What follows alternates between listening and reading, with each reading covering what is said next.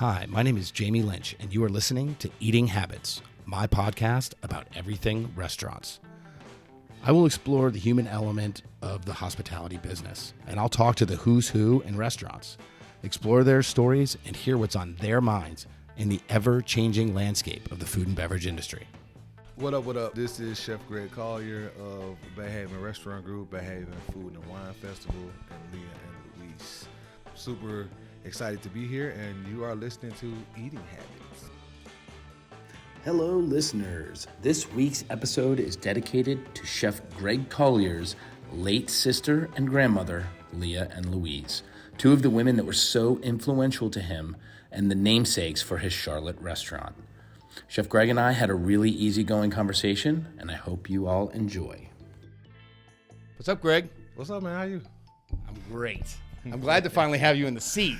Yeah, man. We've been trying to get together. It's been a minute. Yeah. We've been working. Yeah. Busy. Yeah. What you been up to? You got a lot going on. Yeah.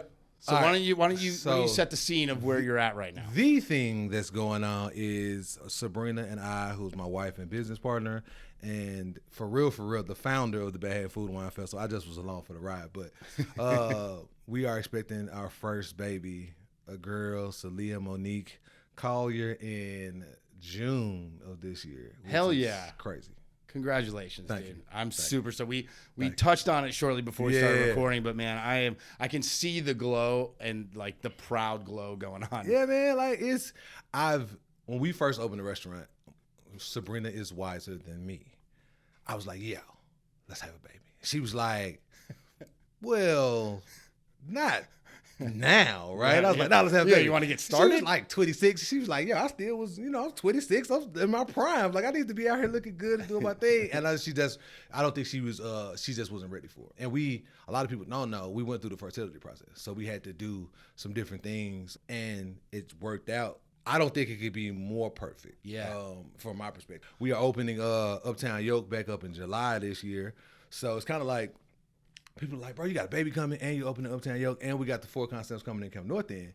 4 concepts. 4 concepts. We're going to dig on that a little bit, right? But people's like, yo, like, what are you doing? It's like, man, if I want to be at home, I don't think there's much more as a chef that I can do in the kitchen, in the restaurant. So now it's kind of like, I can still do things. I think I can use my voice for change. But I can't, most of the things that I'm going to be doing that are going to, help improve Charlotte's food scene and help keep us where we are, like where a lot of us work to get, I'm not going to be in the kitchen doing that. I can come up with a new dish every other second, but what is that really doing? Yeah, man, we got a lot of stuff coming, man. I'm super excited about 2022. It's going to be a big exciting, year. man. I'm super stoked for you. Yeah, bro.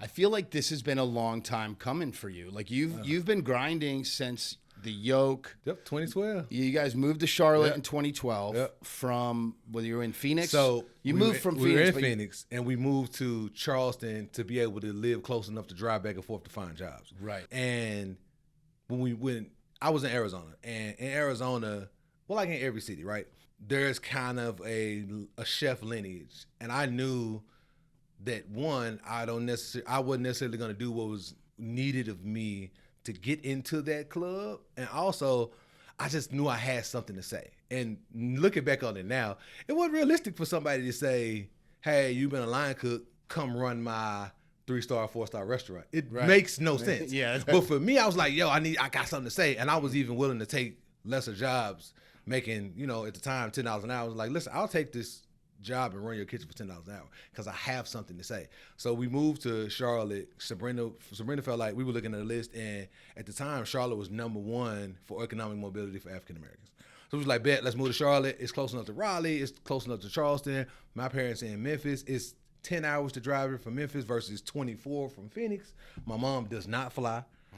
So anyway, we picked Charlotte and we moved to Charlotte, found a hole in the wall place in Rock Hill, and that's where we opened the Yoke in 2012. Gotcha. And you mentioned that Subrina had her short list of places. Mm-hmm. She's obviously doing her research. Yep. She's the brains behind the operation. 100%. And you mentioned upward mobility for African Americans. Is that a criteria that she was actually looking for? Oh, for sure. Okay. And that was the voice that you were looking to. Right. That you wanted to get into the chef game. I'm gonna be 100. Yeah. I just wanted to come to a place where, at the time, it's Bruce Moffitt, it's Paul Verica, it's Tim Grudy, it's Mark Jacksina, right? And I definitely could be missing a couple names, but not a lot at the time. Adam over in Santan Matthews, but there weren't a lot of Gene Briggs. chefs. Gene Briggs, right? At Blue, right? Yep. And there were like maybe 10. There were maybe 10 chefs here who were thinking about markets, who were forward thinking about the produce and the proteins that we have here, right? Working with farms. It wasn't a lot. Charleston, I was like, look, man, I don't like the history of Charleston, or the history that I know of Charleston, right? I didn't like Phoenix has like a good old boys club network type thing. Charleston is super deep, and I was like, and Subrina just didn't like it there. She was like, nah, I don't want to do it there. So it felt like Charlotte was a place to where I could come, start something, and be a part of something that was happening. I saw it bubbling. I saw that there was an emergence coming, and that chefs were thinking in a way that wasn't necessarily singular to Charlotte, but it was trying to centralize itself in Charlotte. So I was like, I want to be a part of that. It wasn't. I really wasn't. My voice as a black chef has emerged as I've gotten older, as I've found different things. And we can dig deep into that too. But when I came, I was just like, it's not 30 chefs deep there. It's 10. I can find a place there. It seemed like at that time there's a lot of room. There was a lot of room to get into the pool.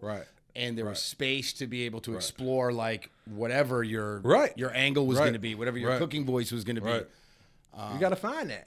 And I knew there was room here to find that. It wasn't me going to California and being Californian cooking. It wasn't me going to Charleston and being low country.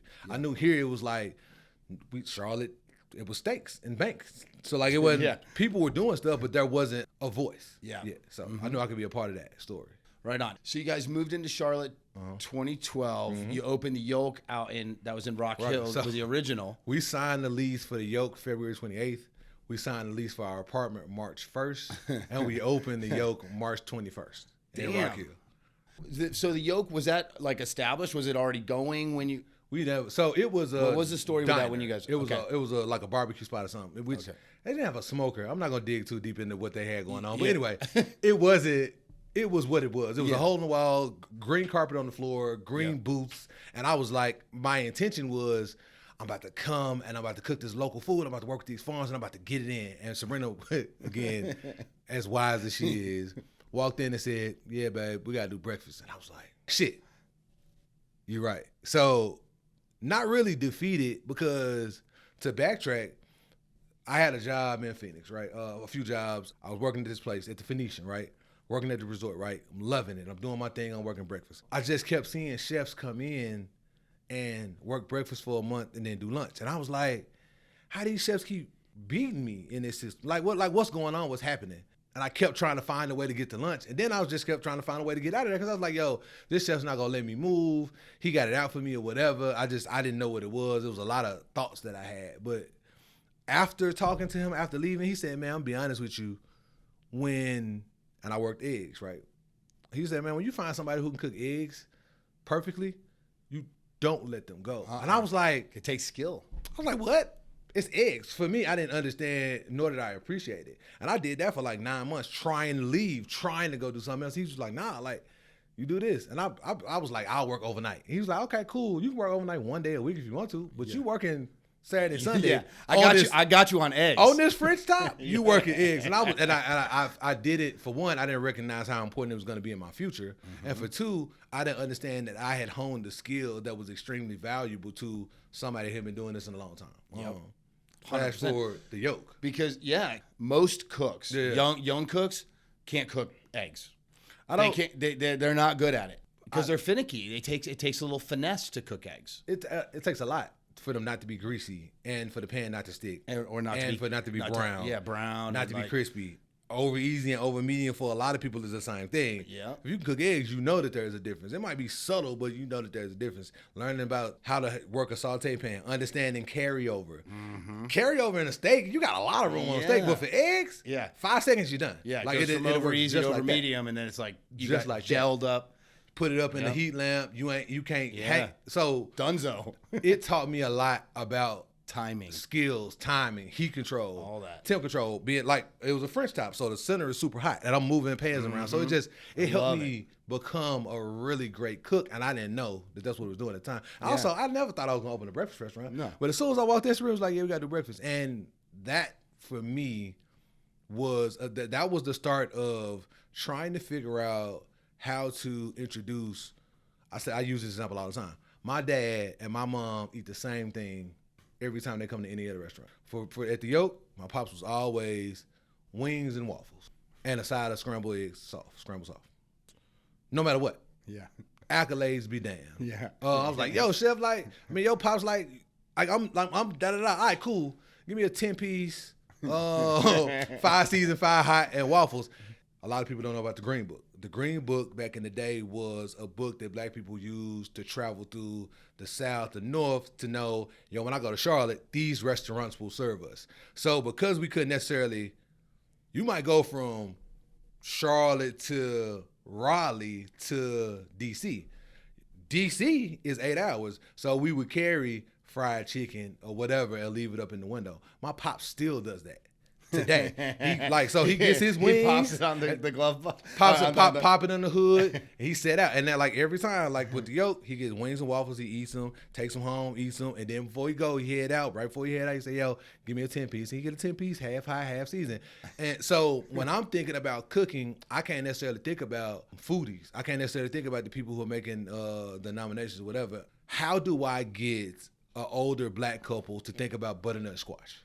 Mm-hmm. I got to put it in a waffle. I got to put it in a wing sauce. I got to put it in grits maybe. Maybe I'm doing butternut squash grits, right? And I have to do these things because I'm always thinking about what my people are going to say and how our culture thinks about food and food ways and dining and all that stuff. So there's always a thread of that where we're making all our moves. That sparked a memory of mine of the Yoke. Yeah. I think it was it was a couple of months after 5 Church opened. So it was probably in the summer of 2012 or something. Right. I went out there to check it out because I heard about it, heard about you, and I was like, all right, I want to go check this place out. I never go to Rock Hill, right? I lived in Plaza Midwood. I was like, why the hell would I be out there? Right. So I went out there and I had brunch, and I remembered I got it might have been like a corned beef or something like that, or like a hash. Mojo hash. It was a hash. Yeah. Did it have butternut or sweet potatoes in it? Sweet potatoes, mushroom. We still that. It still is. You still do that dish? Roasted mushroom. It's gonna be at the Yoke because it's kind of one of those. Yeah. How we take it off. Sweet potatoes, mushrooms, a coffee rub steak, coffee as the sauce too. Yeah, and it was awesome, and I never had that combination before at a breakfast hash, and I was like, this is I remember being really impressed by the approach that you took to the breakfast food, right? Because a lot of people, breakfast is a throwaway thing. They're just cheapest thing you can do, fast as you can do it. Yeah, exactly. For sure. You definitely took some care and pride into it. Yeah. And that struck a note with me, and I was like, all right, I want to see what this guy does. Right. So, okay, cool. So the Yoke crushes for... We did really 3 good. years? No, we stayed. So 5 years? When did you come to Uptown? So the Yoke. So that happened in 2018. Okay. One of the most important years, and I call it, for me, it was do you really want to do this year for me? Because we always had those moments of whatever we're going through. For some people it's addiction or alcoholism or just the industry itself taking a toll on you and, how people are treating you. So, we all had those moments of, man, do I really want to keep doing this? So 2014, May, my sister and my mom are living with us. Subrina's parents are living with us. Subrina's family, so it's four people in her family, 2 people in my family, and us 2 in a 3-bedroom house, right? We were good. Me and Subrina would get to a place where things were moving and we were great. So that happens in May of 2014. We got all these people living in the house. The restaurant catches on fire in August of 2014. So now not only do I not, the thing who men often attach our identity to the things that we do. So for me, it's the thing that I do, AKA who I am, is no longer existing. So I'm at home going into the room by myself every day. I'm not hanging out and talking to people. I'm clearly not happy with the situation. October 18th, my sister goes in the hospital. She's pregnant. She's had a baby. She's been living in our house the whole time. We don't know nothing about this. She had a baby. 2 weeks later, she dies from complications of the birth. Say real bad blood clots or whatever.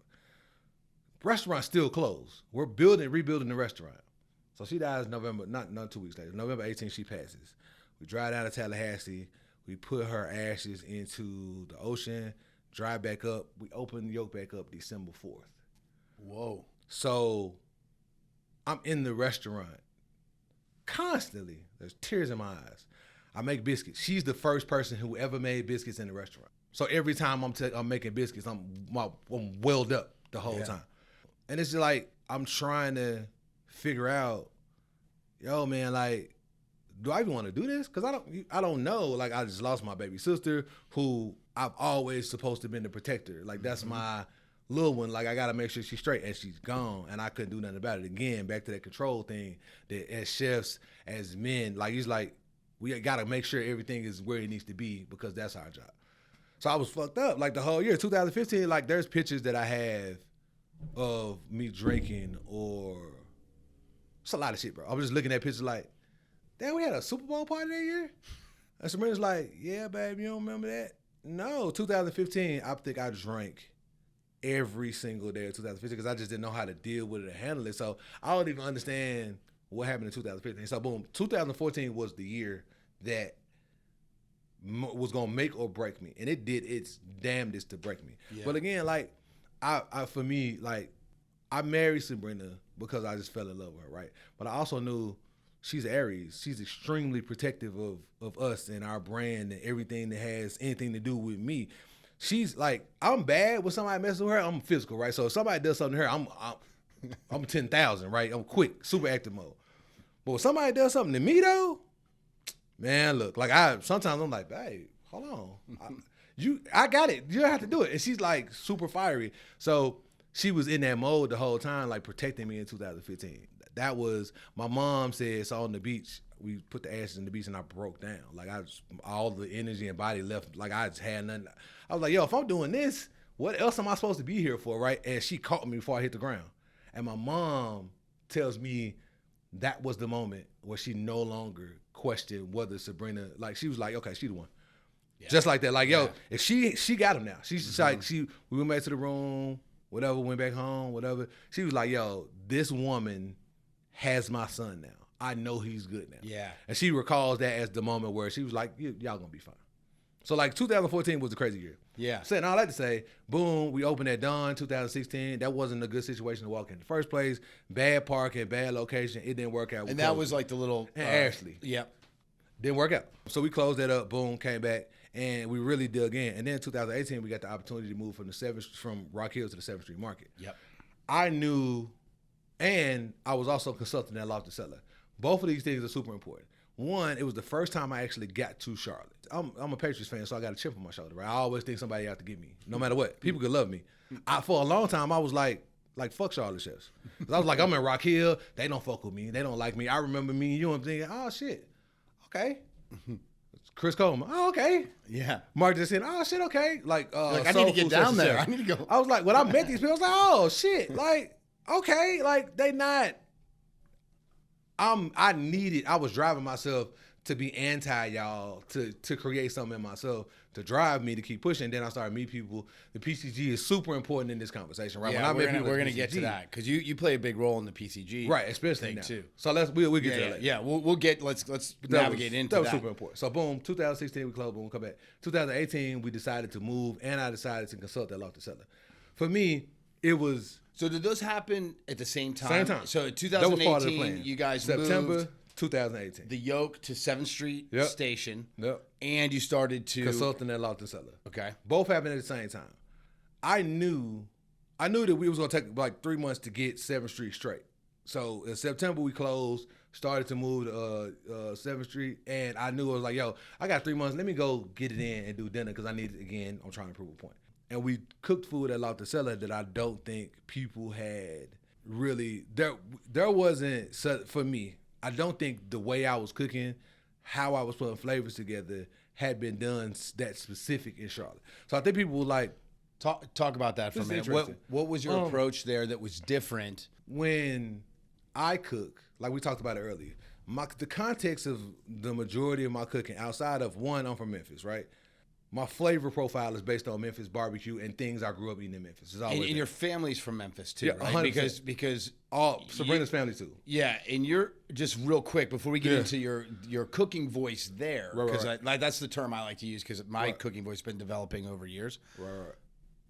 But your story, your relationship with your grandma and your mom was 100%. like that's where all this cooking and hospitality came from, right? For sure. So the thought process of my first job in the kitchen comes from me being a knucklehead. Like I had a full academic scholarship to the University of Tennessee, full academic, right? And I just went up there and fucked it away. And then I came back home, got a scholarship to the University of Memphis. Again, I'm cool, I'm doing my thing, 2 years, and I'm not in it.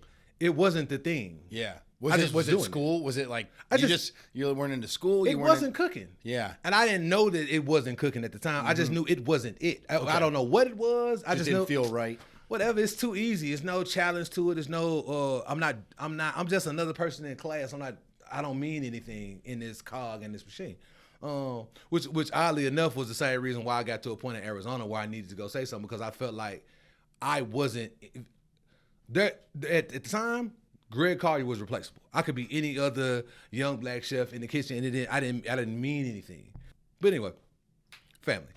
So cooking at the restaurant was the first time I found myself like, oh wow, washing dishes. I was like, I love this, and I can eat free. And at the time, I was like, yo, and I can still get high. Y'all ain't gonna give me no drug test? Oh yeah, I'm with this. Like, yeah, and I was coming in, I was grinding, I was about it. And then like somebody got fired, and I kept working my way up the ladder, and I just kept finding myself. I would go get another job, and I still would be in a hot wing spot.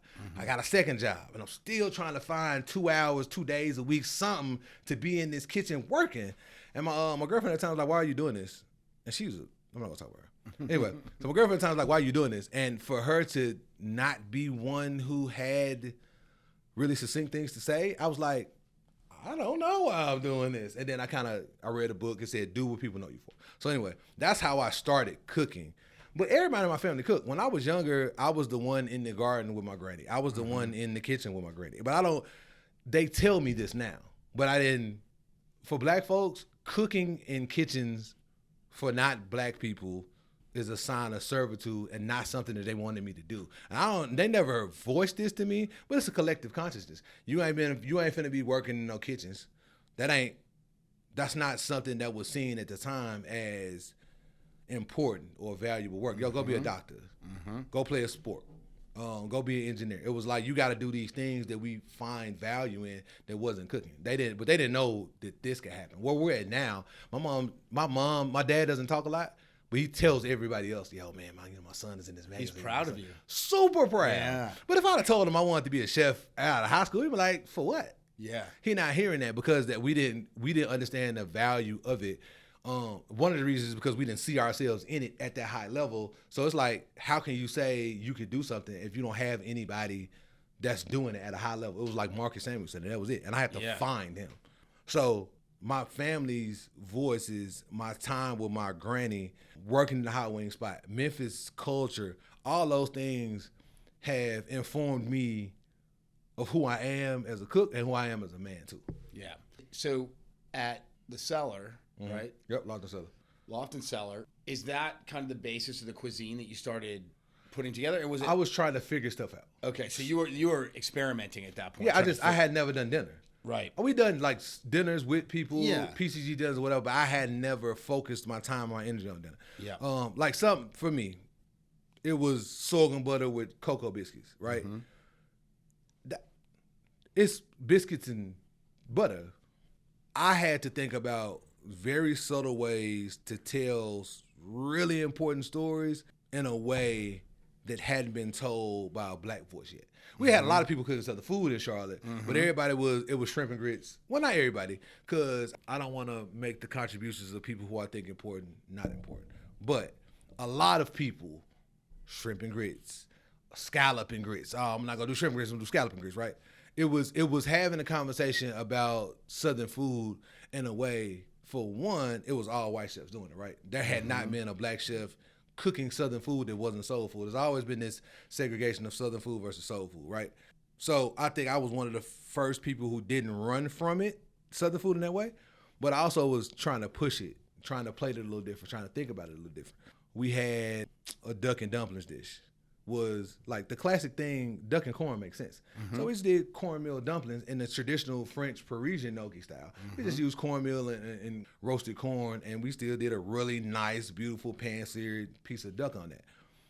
That's not really, that ain't soul food, but it also ain't super high-end $45 duck breast plate. So for me, the conversation was just about trying to put black culture in the center of food and people understanding that. Like we played the music we played and it was just a different vibe.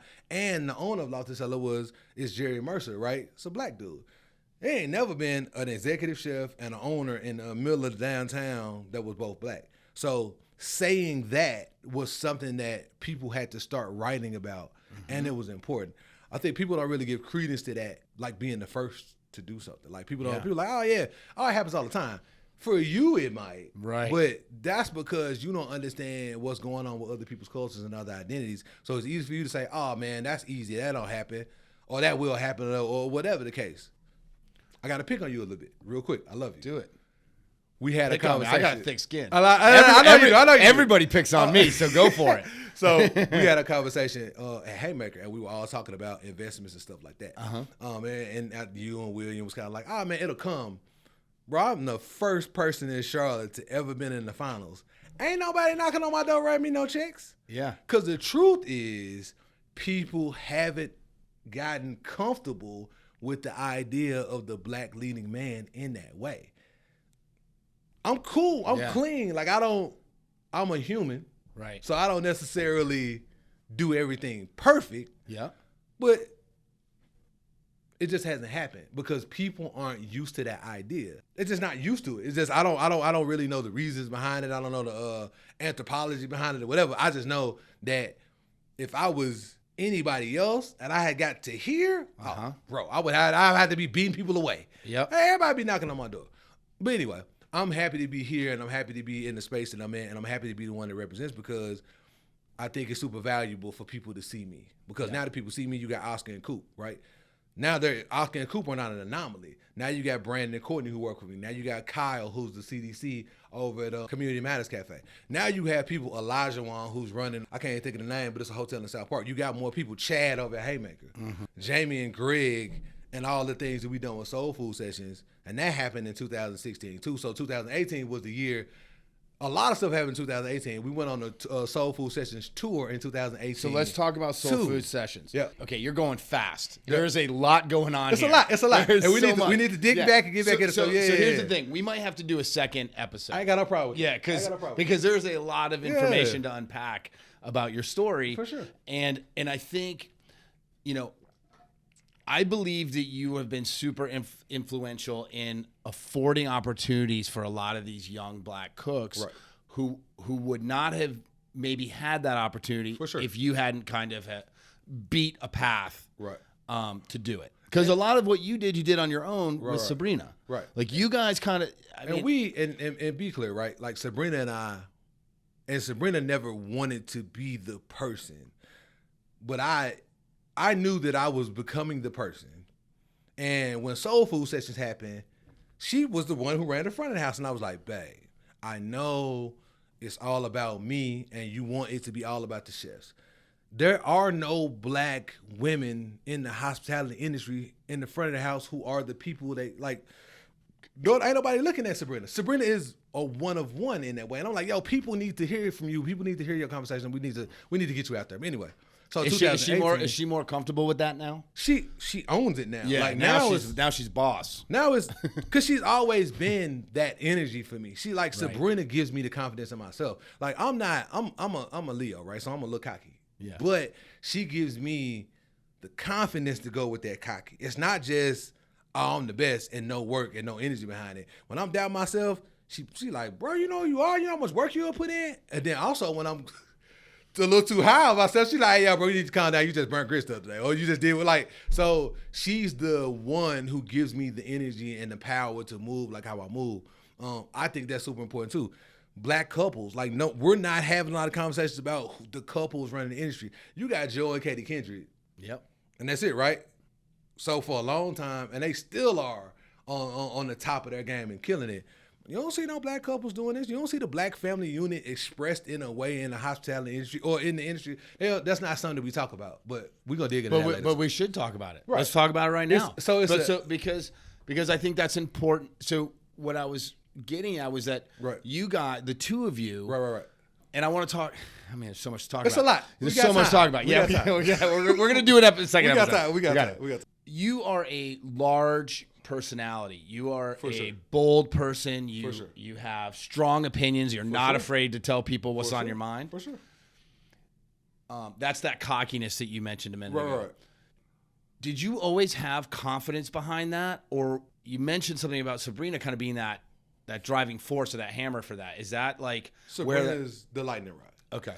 It was always. Has that always been your personality? My pops has always instilled confidence in me. Mm-hmm. My pops was in the first class of people who integrated Bayhaven High School. It's high school I graduated from, high school he graduated from. Actually, my pops dropped out. He's so weird. He dropped out to go get his GED like super young because he was like, if the diploma is the thing, I'll just go get it. I ain't gonna waste time with school. I'll just go get it. But anyway, so he was the first person to integrate a class in 74. 74. That's 50. That ain't even 50 whole years ago. That's not that long ago. Right. It's right around the corner. Yeah. So anyway, he's the first person to integrate school. He literally had to fight his way back home.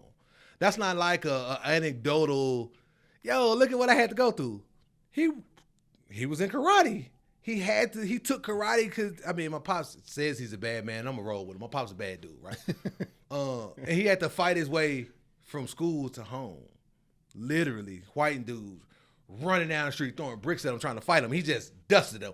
Pop out, run. Pop out, run. And like, people tell me these stories. Not him. Anyway. So he instilled in me the understanding of who I was and the strength and the power, and always told me, bro, don't worry about you got it. You know who you are. You the one. Like, you could be the one. Like, and this always here. So I always had the confidence.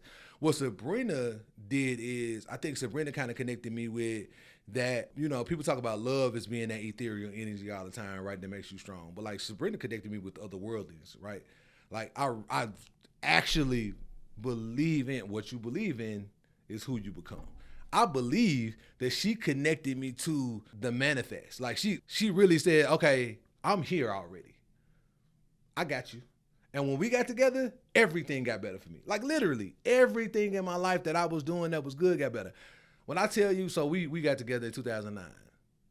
How good I became as a cook, just a cook in the kitchen, it's because of her and her connection. I put in work. Yeah. A lot of work. What do you think that was? Were you trying to impress her? Did you not want to let her down? Was it just, did she bring an energy to you that like improved your game and like evolved Subrina believes in me like a mom believes in her baby. Yeah.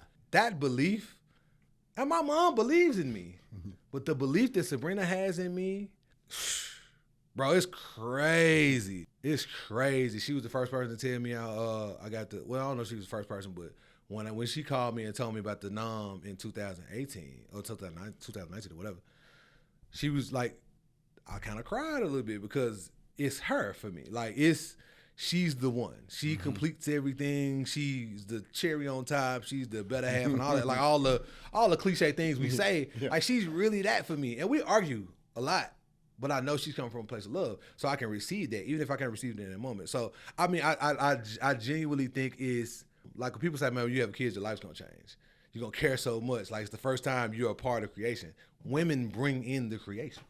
So if I think I'm the one, if I view myself as God body, right? Like if I'm on my New York shit for real quick, if I view myself as God, she's gotta be the goddess because she's the only one that can bring another me in this world.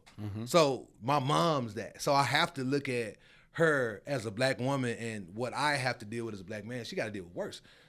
She like all of those things really actually physically here. And the cliche version of that, it's that for me. Like if she believes in something, I tell people all the time, if she believes in it, I'm with it. Cause you know how we are. We'd be at home, we'd be like, yo, I want to start building cars. And sometimes the wife is like, maybe you should start with model cars. Yeah. You fucking get in there and start building a model car. You're like, I don't want to do this anymore. She's like, and that's why you're not building cars. That's right. We need that. Yeah. We need that buffer, that muffler sometimes, that catalytic converter to get the stuff that we try to get out channeled. Right. She does that for me. That's awesome. That's a great little for analogy. Sure. You know what I mean? Like it was a long one. It was a long one. No, I like it though, because I get it. Yeah, man. And I mean, like, you know what I'm saying? I think everybody needs that, whether it's a woman, a man, a thing, a pet. We need that thing to help us channel our energy, to help us believe in ourselves, to help us understand the power of manifestation. You gotta leave stuff alone and just let it happen. Like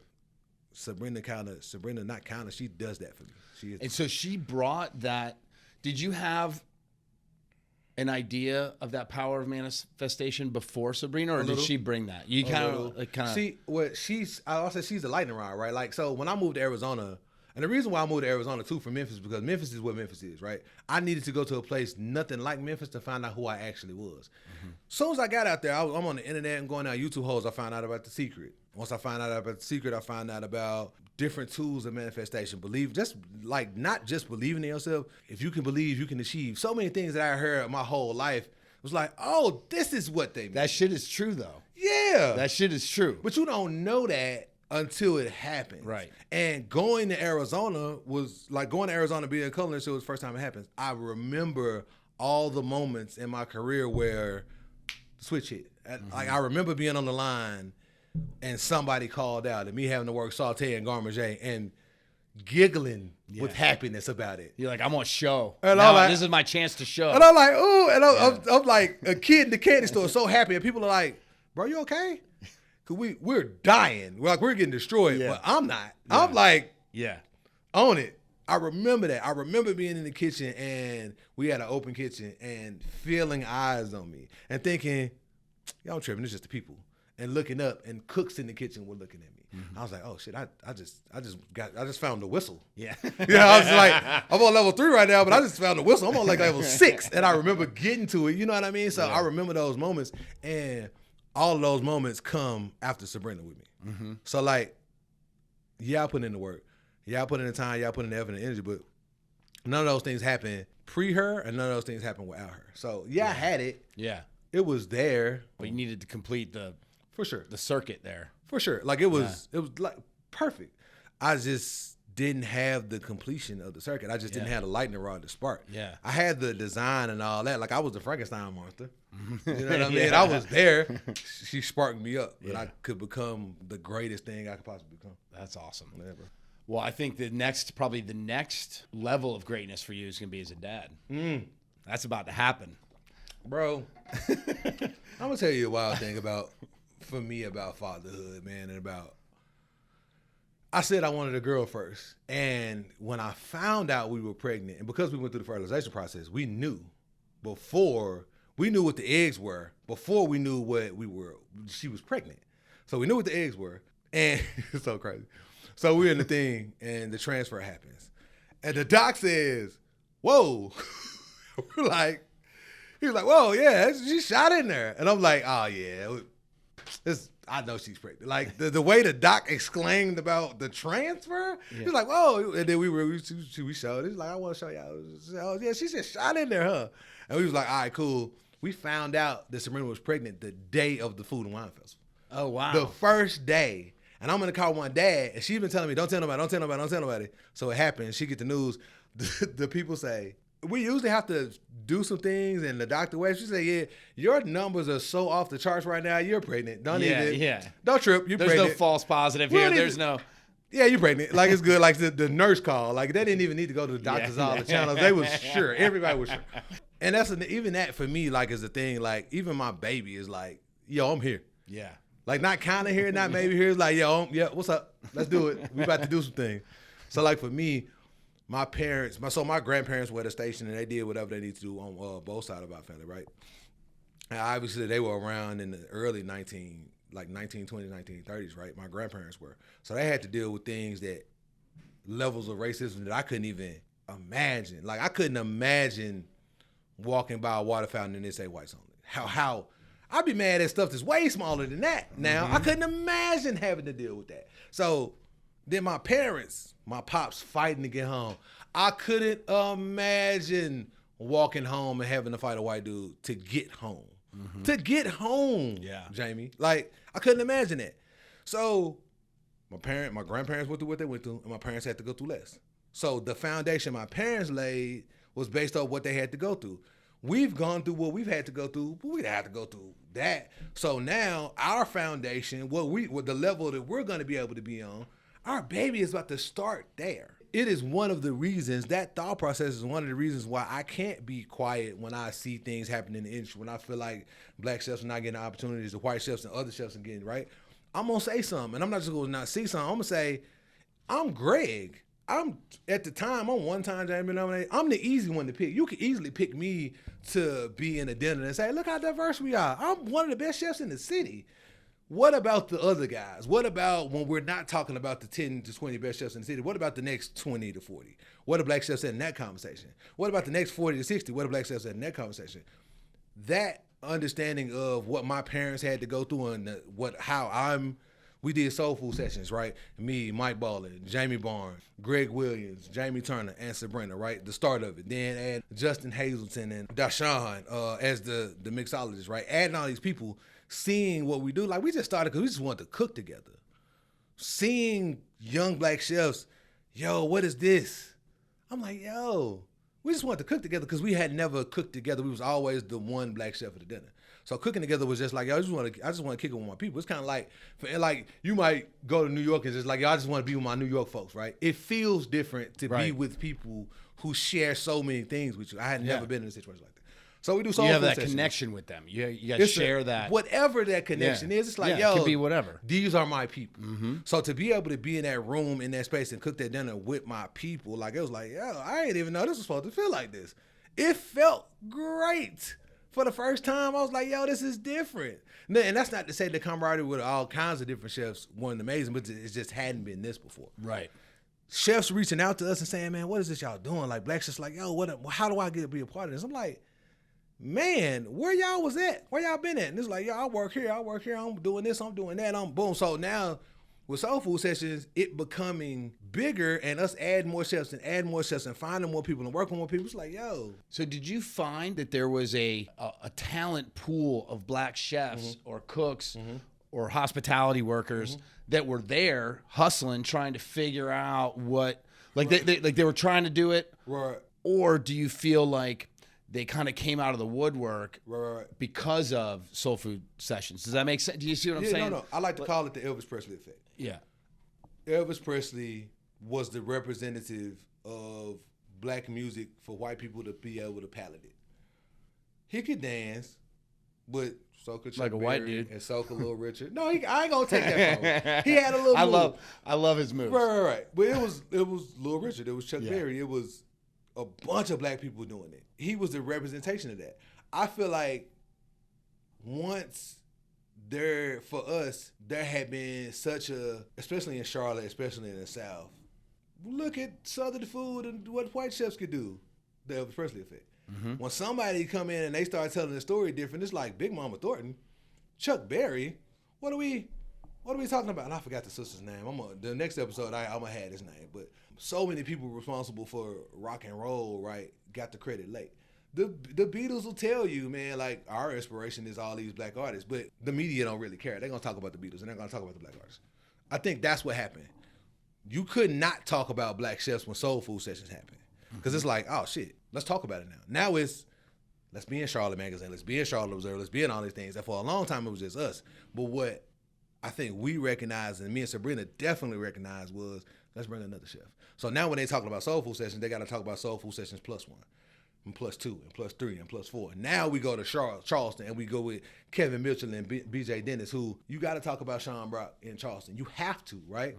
But you also need to talk about Kevin Mitchell and BJ Dennis and all the people who are important, Berthas and all the things, and Hannibals. You got to talk about those things in Charleston when you're talking about cookery.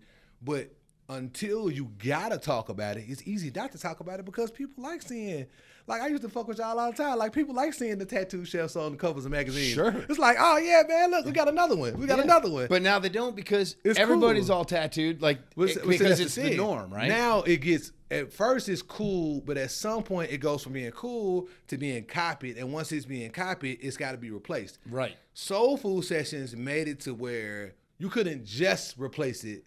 And also, I don't have no covers on no magazines, just to be clear. Mm-hmm. You couldn't just replace it with another same kind of white chef. You got to figure out a new white chef to put on. And I think Soul Food Sessions said, hey, look, stop making excuses about why ain't no black chefs being in the conversation. Ain't no more excuses. So not only did Soul Food Sessions say that, not only did Soul Food Sessions say we all talented, Soul Food Sessions allows, for me specifically, now we have a movement that's happening with black chefs. And now I don't have to be the black chef just trying to push in the way. Come on, Mike. Now it's a bunch of us pushing. Now it's 6, 7, 10, 20. And they was already doing it, but now we're collective when we're doing it together. So now we're seeing each other at the same time. Now we go to DC and we do something with Terrence Tomlin and Jerome Grant. Or we go to New York and we're cooking with Chris Scott. Now we're building this momentum and people have to look at us and they have to talk about us because now it's not one black chef. Now it's 10, 20, 30. Right. And you got to talk about us because if you put our food next to other food, it's on par. So now you got to have a conversation about great food and you can't hide. Now it's to the point to where if you're not talking about what Oscar and Cooper doing, if you're not talking about Kyle and what him and Brandon are doing with the Heritage Dinners, you're doing it on purpose. You're making a point to not talk about black chefs. Now we know that. Now we can see it. You know what I mean? That was like, now y'all doing it on purpose. Now you can't hide behind it. So I think that was super important. So I think there were black chefs, black cooks who were super talented who, and I say all the time, a lot of times, because we all hire in our networks, for white chefs to be anti-racist, you have to try to be anti-racist. You can't do it by mistake. For white chefs to find diversity, you have to find diversity because if you go holler at your other homie as a white chef, I know you know my guy Gerald too, right? Oh, so like Gerald cool as it. Gerald's my boy, dude. So y'all having a relationship, and even was you on the season with Brother Luck too? No. But y'all, I mean, but we're friends from the for just Bravo hanging out family, together with her, right? So what I'm saying is, before you make these connections with people, your network looks like you. Yep. So now you're talking to people about people, and I say it all the time. Like I wasn't hanging out with the white chefs in Phoenix. Right. I'm not fucking going to a club and drinking at the time. I don't know Jägermeister. I'm not drinking that shit. That's disgusting. I'm not hanging with y'all after work and drinking Jägermeister. I'm going home and hanging with my homies, and we gonna go drink Remy at the time or whatever because it's a cultural disconnect. So I don't even have the opportunity to network for chefs to get to know me. So now it's just you just hiring who you know who do what you do. Yep. I ain't doing that. So I'm not in that circle. I'm not in that zone. Another thing Soul Food Sessions did was connect the dots from a cultural perspective to now I'm Chef Greg Collier. So now you need somebody I can call you and say, hey, yeah, man, I got a guy. You're like, all right, bet. Bring him in. So now if he does what he needs to do for the opportunity and he's not hired, then I can look at you or look at whatever chef and say, oh, you bullshit. I know how talented he is. I know what you do. Now I know you playing. So I think that's kind of a trickle-down effect to where we just made it to where black chefs, you couldn't hide them in country clubs or wherever they were hiding. Now they out here. So now when opportunities happen, if they applied and you don't hire a black chef and they applied, I know it's another reason. It ain't because of talent. Maybe I just didn't get along, whatever. But I know it's a reason other than this person is not talented enough. That's kind of always the thing. Oh, he's not talented enough. You know, it was like that in athletics. Oh, they're not smart enough. Then it was like, yo, all right, boom. You got to find reasons to keep us out. I think we made it to where the reasons to keep us out started to go away, and now it's just got to be you being racist. Yeah, it's got to be that. It can't be nothing else. So Soul Food Sessions, it's actively still doing dinners, right? So it started as pop-ups, right? You guys did like a couple. We did a pop-up at Dawn. Yep. We was at Arsenal. Yep. And then we did another one at Lucas when he was on Elizabeth. Yep. And then we did another one. What was the next one at? I can't even remember. We did another one at Project 658 when Hector and Ed Price were over there.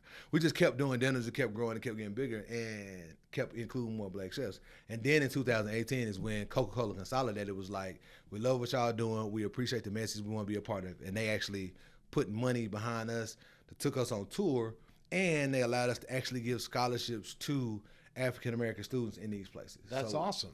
I didn't realize that you guys got sponsored by Coke. Right. That's awesome. That's a huge... That's a huge step because now you got some financial support to make it go. We got media training. Yeah. And so for me and Subrina, did they give you guys media training? Yeah. Get out of here. Yeah. Coke did that? Yeah. So it's so many things, and it was like an hour or two, but I never had a conversation about how to give the message. Yeah. So for it's me, like, hey, you got a great message. Right. And let me show you how to package that up. Had a conversation. Yeah. I was like, oh shit. For me, I was like, oh, I've been waiting on this. So everything for me and Subrina, every time the opportunity came, it got bigger and bigger. 2018 is also the year we did the dinner. Was it 2018 or 19? It was 19. But so 18, we do all these things and we grind. Yeah. All these things are happening, and me and Subrina we got it Charlotte. Got Charlotte Teens of the Year 2018 because now we're here and people are talking about everything that we're doing. So we just keep going and we keep pushing. And while we're doing that, we're bringing in black chefs, we're bringing in black cooks, and we're having a conversation about black food and black culture in a way that has never been on this stage in Charlotte before. And we're good at what we do. And that's what I like to make sure I say that too. Like, I'm one of the best chefs in the city. I was a part of the collective of us who was pushing food forward from 2012. That's important for people to hear. And I think this is a great segue for the PCG story. Yeah. Because, correct me if I'm wrong, right. Is Charlotte, when you got into Charlotte, is that when you started like hanging with the white chefs, hanging with us, when like cooking together? I went from being a lead line cook to opening a restaurant. There was no sous chef that I'm anxious too, bro. I'm a Leo. I'm like, yeah, bro, I'm not finna wait. I got to get it done. I need to get this done. I have to get this done right now. So when I came to Rock Hill, I didn't even care about chef culture, none of that. I was trying to be the best cook I could be. I wouldn't even let people call me chef because I didn't think I had done enough to earn that title. So PCG, for me, my introduction was 2013. I was in another meeting. I don't know if you were at that meeting. You probably were. And somebody said, don't worry. This is so crazy to think about. Somebody said, don't worry. There's a real one of these happening. And I was like, huh? Where? With who? And they started spitting out the names. And these are all people who I knew of. And I was like, oh, word? Bet. So I go to a meeting at Luca's, right? It's Luca's there, Paul Verica's there, Chris Coleman's there, Mark J. Cena, so many other chefs. And I'm like, all right. This is where I need to be. Yeah. And my specific goal for being there was to meet people and meet farmers and just figure out, you'd been out in Rock Hill. Like you've been out in Rock Hill kind of like even like you said it earlier, you said like, you were kind of isolated out there. For sure. Doing your own thing. And so now you're that was what was happening. But I just was literally, to your point, you don't never come to Rock Hill. Right. You literally came to Rock Hill to come eat at our spot because you had heard about us. Yep. So I didn't know that worked the other way. So when I got to Charlotte and I got in PCG and I saw what Chris was doing, Chris Reed, the executive director, when I saw that, I was like, this is the thing I need to be a part of. Yeah. Before thinking about my position as a black chef or how valuable I was, how important I was like, I just need to be a part of the group, the collective. This is it. Yeah. And doing dinners together and doing stuff on the farm and working with farmers, I was like, yo, I should have did this. And the crazy part about it wasn't like it was that the thought of it started in 2012. So I'm down there in Rock Hill doing my thing, working with farmers, just doing what I think I'm supposed to be doing, going to farmers markets. I never was coming to Charlotte. So when PCG happened, I was like, oh, they do that too. Duh.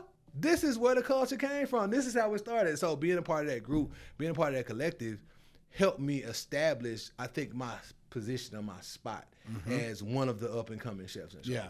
And I was gonna say that, like, as you were saying that, I was thinking, I think that's part of why your voice is so important now. Right. Because you put in the time with the roots. Right. Like when the collective voice for chefs at Charlotte was, we got to localize this. We have to, like, we have an obligation to each other to do the best we can, to use the local food, to bring that to light. Right. And you are part of that movement. For sure. The collaboration is what made us the food city we've become. And PCG is the reason why that collaboration ever exists. It don't happen like that in no other city. Yeah, I agree with that. None of them. Yeah. So I mean, like that's why that was super important to be able to be a part of that and to be one of the voices and to hear what the OG said. Like, hey, Bruce, what you think about this? I know that's your mentor. Yeah. So like being able to hear his voice and hear his voice through your voice and just talking about food and listening and having a conversation, man, all right, okay. I can see where I can pull a little bit from both of them and having conversations with y'all about the culture and the industry and how I feel and my presence and then y'all and I say, yeah, man, I never thought about that. And being able to build and work together to create, I think, a community that For real, I ain't gonna say no city has it like that, but when I go to other cities, Atlanta, Charleston, Asheville, maybe, Raleigh, maybe, but like people talking to me like, man, y'all work together like that? It's like, yeah, man, like it's always been, for everybody at PCG, it was always collaborative competition. Mm-hmm. Every time I see you do a dish, I want to do a dish better than you, period. Mm-hmm. But also, if I need field peas, I'm not going to, if you need some, I'm not going to get that to you if I can. I want you to win. Yeah. And that's the thing I think that Charlotte has been built on. And that's because of PCG too. I totally agree with that. I've been opening restaurants in other markets, right? So that's kind of where I'm at in my thing, exploring those markets. Right. And I have not found another. I mean, there was a lot of camaraderie in New York, but it was separate between like the line cooks had their own little clique from all the different restaurants, and they just shit talk the chefs, and then the chefs, were in their own little exclusive, world. So there was like a weird camaraderie there, but nothing like the camaraderie that is in Charlotte, where I mean, it's literally everybody's on speed dial and has each other's numbers, and can like, hey, what's going on? It's not a mistake. Yeah, and that's pretty amazing. Right. That's an amazing community to be a part of. So you got a ton going on right now. Yeah. With the spaces that you're opening up. Let's talk a little bit about that, and I want to talk about kind of what the future looks like. Mm-hmm. I think you alluded to the fact that you're not going to be grinding on the line the way you have been. And I'm going to tell you, that's not because I don't want to. Yeah. I love that shit. Yeah. I love being next to people who want it as bad as I want it in that way. You sweating and you might get burnt and it's 12, 15, 20 tickets and you just like, there's nothing that we could do. Just got to do the first three. Yeah. And the first three continues to happen from 5:30 to 10:30 and then you like, are we all in? Like, is it done? Yeah. Oh, it's done. It's a literal war. Like, we really feel like we fight one. I don't think people understand that and what that means to kitchen culture and how. I'm addicted to that, so too. Many things. But what I realized is, if I don't let that go, one, I'm not bridging the gap. Two, I'm not bringing up more chefs. I'm bringing up more cooks. Mm-hmm. And three, I can't open more concepts. Mm-hmm. And so the thing with Uptown Yoke, to start with as far as new concepts, is we were in the 7th Street Market, and the 7th Street Market was going great for us. Then the pandemic happened. And the pandemic showed, it kind of exposed, the emperor has no clothes. Mm-hmm. For us, it kind of showed us, man, we really need to be able to do coffee. We really need to be able to do cocktails and mimosas. We really need to be able to do all the things that a restaurant needs to be able to do to survive, and we can't do that in this market. We got through 2020 by working with Hill Charlotte and by working with different organizations who were getting funds for food, and we were literally going to deliver breakfast in neighborhoods, lunch in neighborhoods, lunch at hospitals. We were doing all these things. And when we opened back up, it was cool, but it wasn't what it was in 2019. Right. It wasn't the direction we were going. We had finally got to a place where we got the market and we understood what we needed to do to be successful in the market. But once the pandemic happened, it was like, man, we got to do something else. And we knew we wanted to open Uptown Yoke in an area that was gonna be a lot of people, a lot of foot traffic, and an emerging area. And we just found a perfect spot in South End. We're opening in the Vantage Building, and it's 3,200 square feet. We're gonna have 100 seats, and we're gonna have a full bar and full coffee program. And Justin, you know Justin well. Mm-hmm. Justin Hazelton is our mixologist, and to his credit, us pushing each other and saying, man, what can you really do with coffee and cocktails and breakfast and AM? And like, we got a lot of fun stuff we're gonna do from a beverage standpoint there that I don't think has really been explored, because like you were saying earlier, people don't really care about AM. It's like, yo, I'm doing it because it's cheap and I need to make it cheap and I need to have. That's where you put the cooks who are not thinking about execution and excellence. You just like, all right, you want to work, I'm going to give you some hours. I know you're going to do your 40 and go home. You put them on breakfast because what's the worst you're going to do?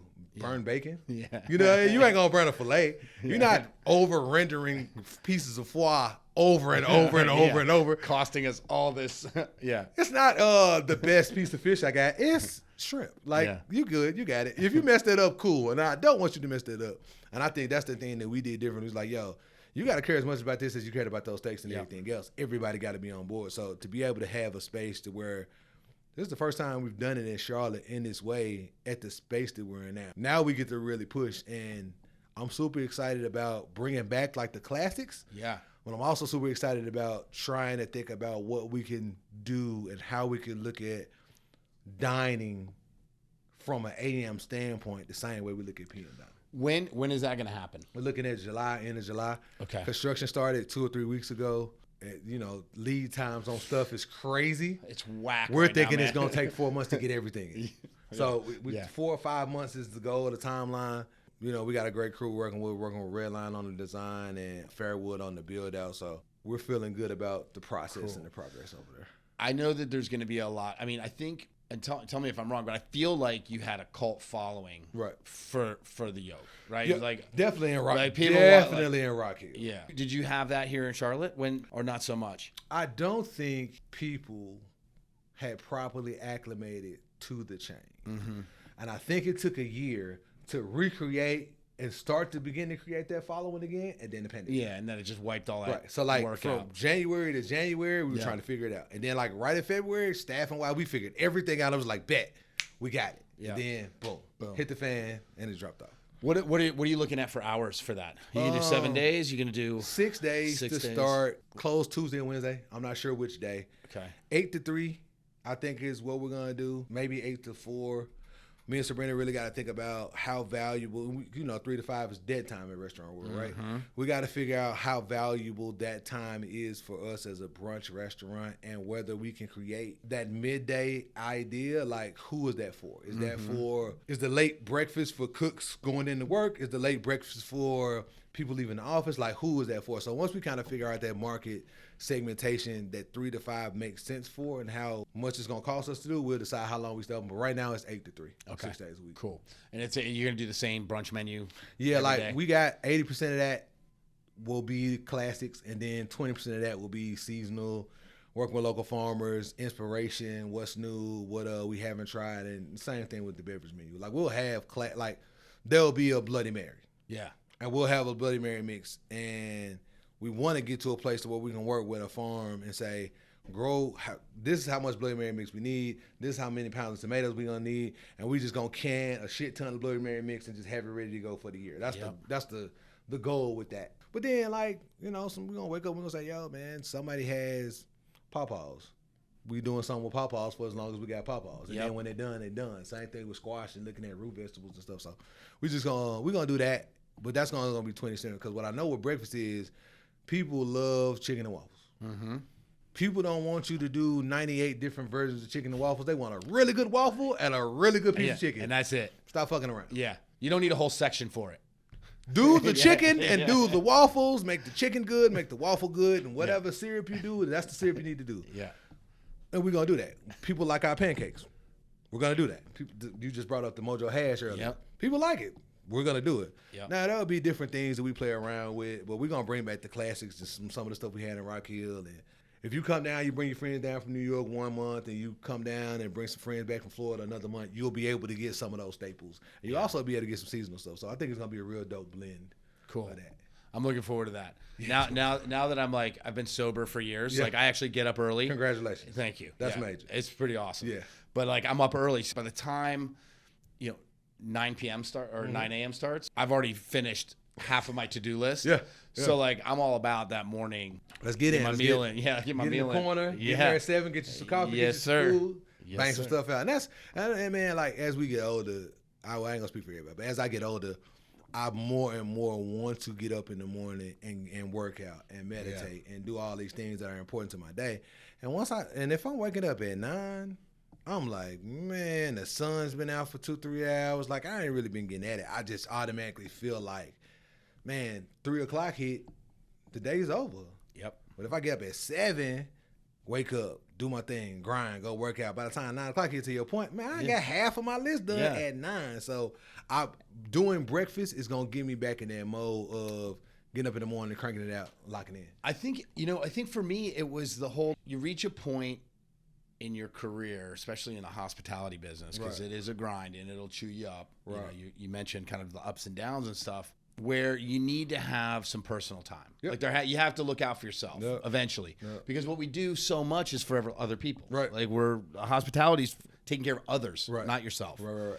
And for me, it was that's the time that I can do that. Right. I can get up at 6 or 7 and I've got a couple hours to do whatever I want to do. Right. I can thumb through cookbooks or go you know, whatever, you throw the ball for my dog, whatever it Fuck is. off on the phone. Yeah, whatever, yeah. Right? And that's your time, right? And it sets you up where you're not chasing your tail the rest of the day. Like, I got all this shit to do, right? Like, we all have these lists. That's a good thing, man. And I think the kid's going to help with that, too. That baby's going to get you up and ready to roll. Because they don't wait for nobody. You know, they say your life goes in 7 years. Like, so. Cycles or? 0 to 7, 7 to 14, 14 to 21, 21 to 28. I'm in that 35 to 42 cycle. And I remember being 30 and thinking, ooh, when I turn 40, I'm gonna be so nice with just whatever. I'm gonna be with it, because it's like me and Subrina's relationship is better than it was when we first started, because we didn't even know each other. We got married in 2010 and we signed a lease to open a restaurant in February 2012.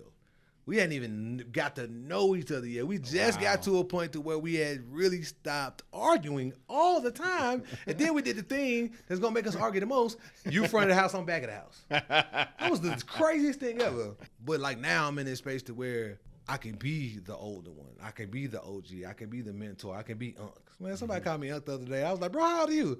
He was like 28. I was like, oh, damn, you okay. Right. Like, that's it. All right.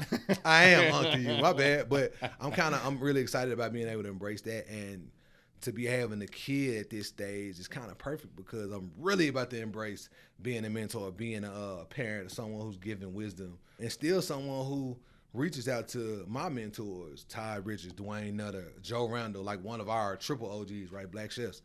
And I'm like, am I doing good? Am I okay? Am I like, and I really care what they think. And they talk to me like I'm dumb. Like, yeah.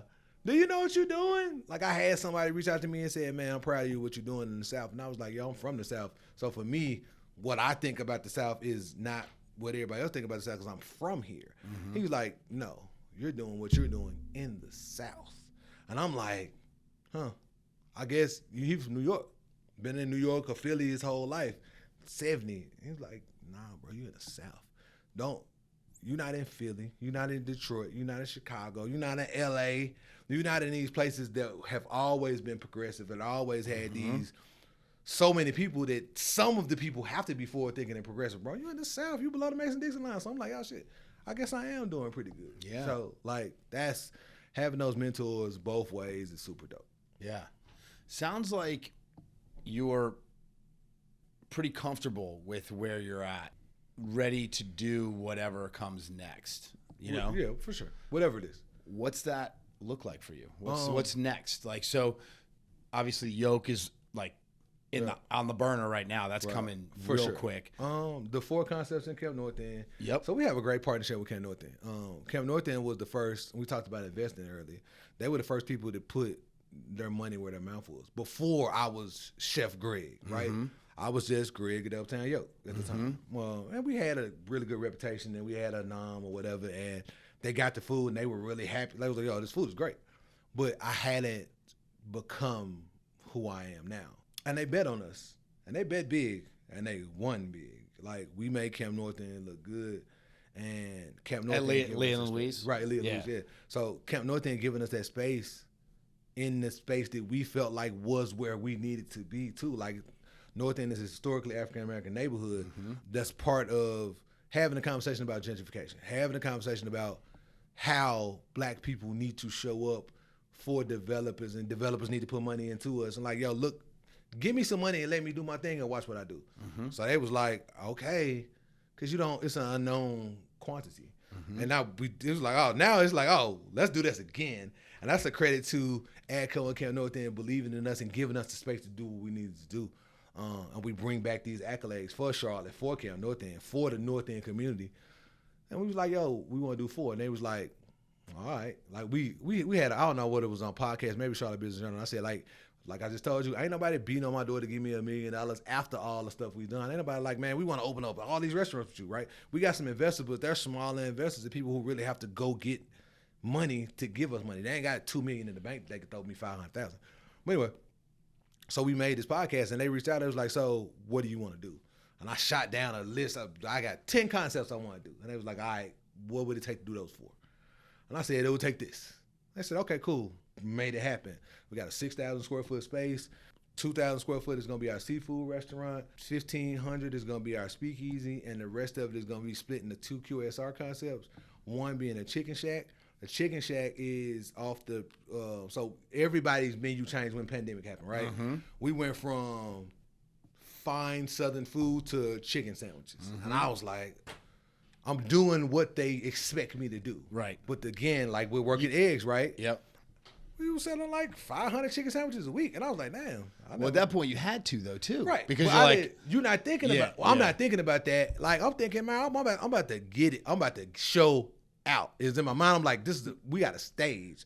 Me, Justin, and Subrina had a conversation. And I said, yo, if the three of us, if Subrina, you set up the scene, the space, the music, Justin, you make the cocktails, and I make the food, we about to have the best restaurant Charlotte has seen. We about to come do something that we ain't ever seen before. We about to do because it never happened, and it worked. It worked out. And we created, I think we brought a lot of love to Charlotte, we brought a lot of energy to Charlotte, and we created one of the best restaurants in the city.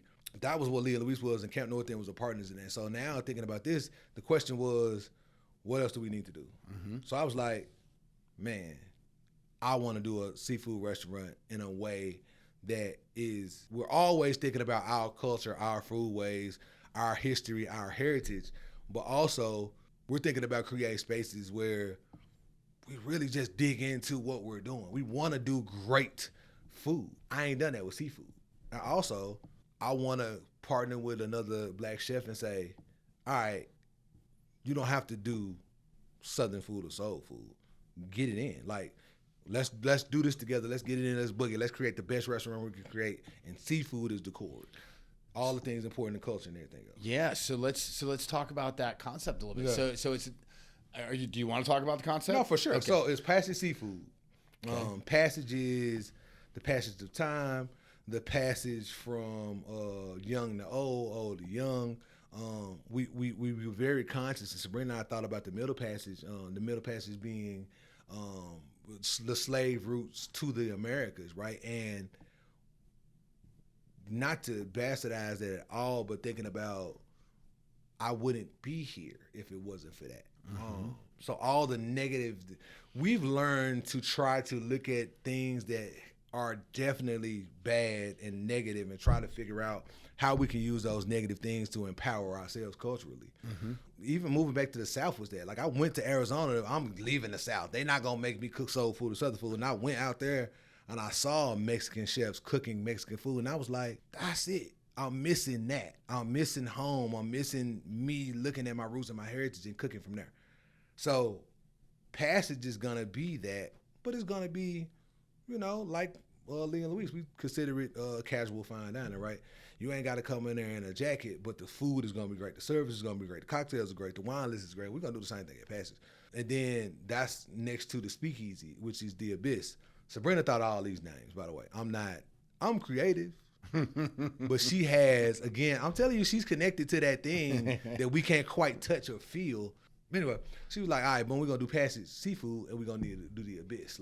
Passage is going to be the above ground, the beach, dusky kind of cloud setting, and then the Abyss is going to be the bottom, dark, rich. And I was like, man, you a bad woman, man. I would have never yeah, that makes sense. So, and we just going to I think with Lee and Louise, Justin was constricted a little bit to trying to pair with a Southern menu. Mm-hmm. With the Abyss, we just gonna let him do his thing. Yeah, it's cocktail driven. Destroy it. Yeah. Go in and make a list and try to be the best. Yeah. Make the best cocktails you can make. We're gonna travel. We're gonna go to Nashville. We're gonna go to New York. We're gonna go to Chicago. We're gonna go have cocktails. Mm-hmm. Sabrina pregnant right now, so we got to figure out what's the sweet spot. Probably in August. We're gonna go August, September. We're gonna go travel in. You're going to make the best cocktail program you can possibly make, no holds barred. Mm-hmm. Again, we partnered with Camp North End, and we're at a place to where we can try to figure out some things financially to not, what kind of glass do you need for this? What ice do you need? So we just going to go dig. And then with the QSR concepts, the donut shop, we're just fortunate that our last pastry chef is extremely passionate about donuts. Jasmine Macon. She just loves it. And the thing is, I like people who are critical of themselves in a way that's going to make them improve. Mm-hmm. She's always talking about how to improve. And I'm like, yo, these are great. She was like, nah, I'm missing something. And she'll go and get in the lab and she'll, they okay. And then she'll just keep labbing up. And then she'll like get to her page and be like, that's it. The Girl Scout cookie donut set. And I said, so you know how this is when you work with people and they're passionate and they find the thing and you see it click for them and you like super excited. She posted the thing and I text her, fuck this Instagram. I'm like, y'all gotta text me like, yo, is this you? Like, is this all y'all thought? She was like, yeah. And I was like, yo, y'all, you in your bag right now. And for us, me and Subrina seeing that and being able, again, black woman, right?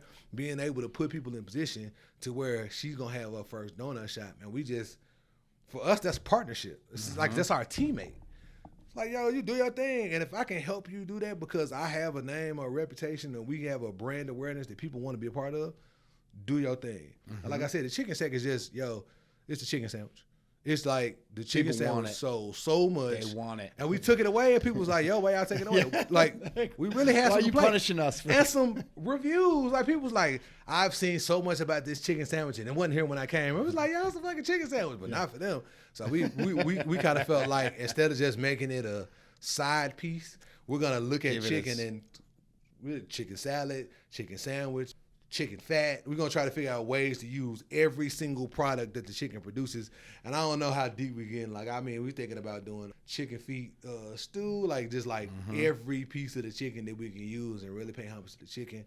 You know, just figure out different ways we can dig in. Chicken skins, just like everything. So that could end up being a deep hole to fall down. And the hope of that, right, is chicken. Yeah. I got to be able to find somebody to be able to take this to the next level. Like, for me, I'm thinking like somebody from, you know, a QSR, Panera Bread, Chick-fil-A or whatever, like, here's what we want to do. Yep. I ain't got to cook none of this. Here's the recipe for the chicken and dumplings. Like, I'm going to give you 20 recipes. You just got to come up with 2 every 3 months.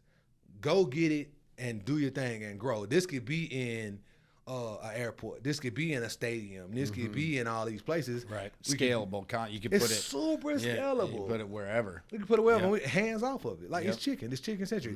If somebody in fucking China say, oh man, we got this food hall, we opening it. We want a chicken concept, and we want yours. Bet. Put it in. Here you go. Put it in. I don't know the first thing about none of that. But there's somebody who does. And we can make it happen. And that's not a Chef Greg thing. That's not a me and Subrina thing. It's chicken. Right. So it's a concept that's going to set us up for whatever. So, and that's kind of what we want to do. Like, everything we do from here on out, we're going to be thinking about partnering with somebody who's talented at a thing, who wants to do a thing, who wants to be great at a thing. Or we're going to do concepts that are really simple but are put together with care. Or we're going to find people who are really great at something to partner with. Are you going to focus mostly on black business owners, black chefs? Sure. That's your mission. That's the goal is I want to look up and I don't want people to have any more conversation about what kind of food black chefs cook here in Charlotte.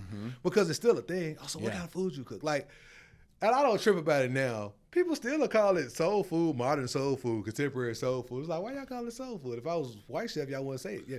Nobody would say, oh, he's cooking soul food. Yeah. How much of that do you think is people looking for a trendy way to identify the food? I think like they're trying to find something that instead of saying however some food writer's written about right. that forever, they're like the new like kitschy tag for it. You know, I think it's some of that, right? Yeah. I don't want to say it's none of that. Right. And I'll say it's 50-50. I think half of it is because a lot of black chefs are calling their food modern soul food. Like, so some of my best friends, Tanya and David Thomas in Baltimore, call their food modern soul food. So that's not what I want to call my food. So I think it's trying to figure out a way to call something a thing. But I think it's also an easy way to continue the separation of cuisines and cultures. It's like, oh man, it's black and soul. Yeah, it makes sense. It's like when people talk about music, a lot of R&B artists talk about how they like to put hip hop in the same thing with R&B. But those are 2 different genres, and they come from 2 different places, and the mode is 2 different things. It's not that the interpolations and different musical notes aren't similar, but it's, you got rock, soft rock, hard rock, metal. You got all kinds of differentiations of rock. And it's the fucking same thing on different chords and different notes with different tempos, RPMs. Right. Different whatever. But it comes from the same place. Right. But there's no need to dial it down and wallow it into one pot. But for us it is, because people often don't want to take the time to really explore and discover what's going on and what's happening. And that's just lazy writing. Yeah. A lot of writers do. A lot of writers care. But again, that comes from lack of representation. Like a black writer from Charleston ain't gonna call my food low country whether I do shrimp and grits or not. They not gonna say that, because they come from Gullah Geechee culture and they know what it is. So they're gonna say what it is, and they're gonna ask me, well, because this ain't like this, but it's like this. It has notes of this and it has notes of that. People, they care, but that requires representation and more black voices in writing and more black voices in media. So I think it's a similar fight, and then you start to hear the conversation change and people talk about things more.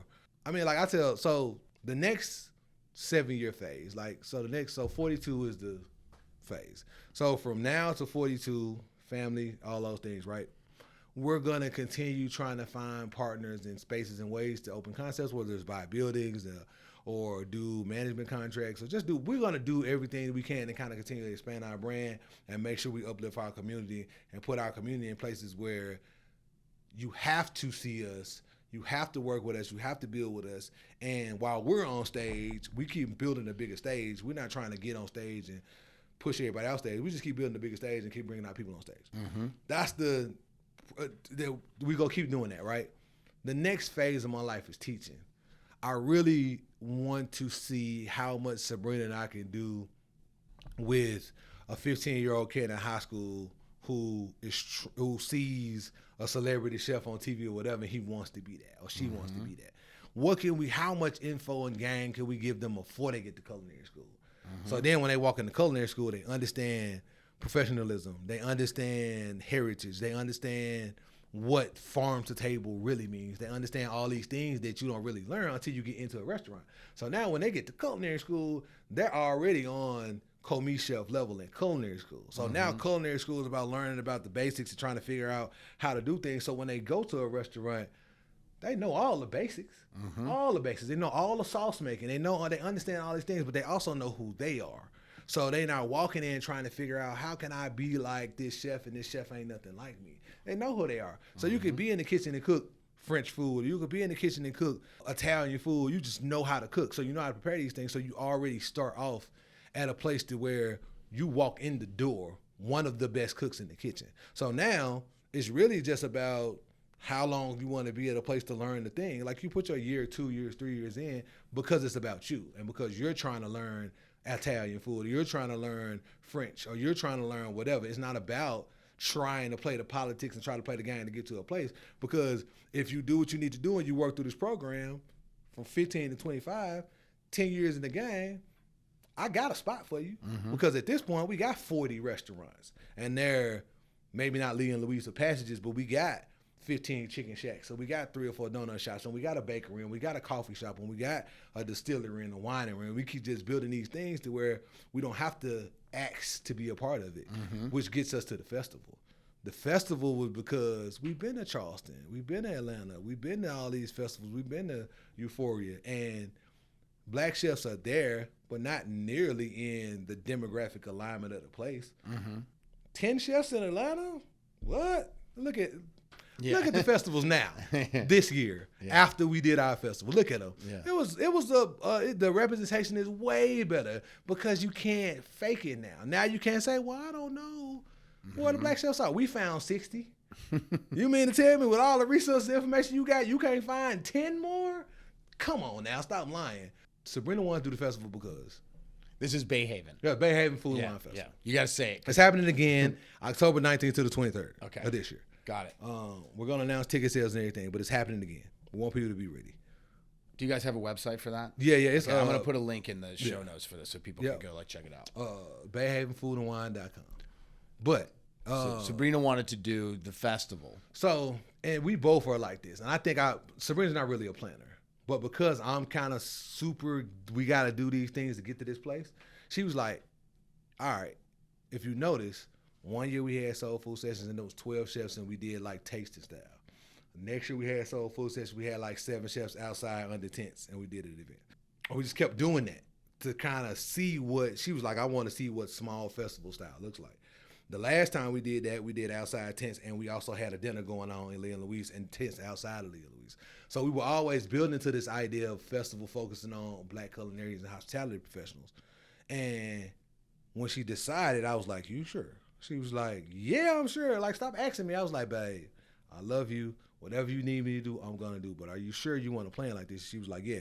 She told Rachel Sutherland, our PR. Rachel was like, when? And she was like, June. She was like, no way. There's no way we can do this in 6 months. It's got to be a year. And we had this conversation in October. So October just, it made sense. Yeah. And this is Subrina's baby, man. She put in all the work. She has the board meetings. She put the team together. My job is to find the chefs, find the food, and make sure they have what they need. And it's super dope because I think the way me and Subrina move, we say what we mean. We don't say anything behind closed doors. We're afraid to get out in the public. We try to keep an honest tone. Sometimes for people, I say it all the time. Like Tom Brady he throw his helmet. He's passionate. He's driven. Lamar Jackson do it. Oh my God, he's a troublemaker. He's a whiner. Tom Brady, that's my guy. I think he's the best quarterback ever, the best player ever. Yeah. He do the same thing other Black quarterbacks do, and we don't have them same connotations when we go with that. A lot of times people can look at us and say, oh man, they're brash.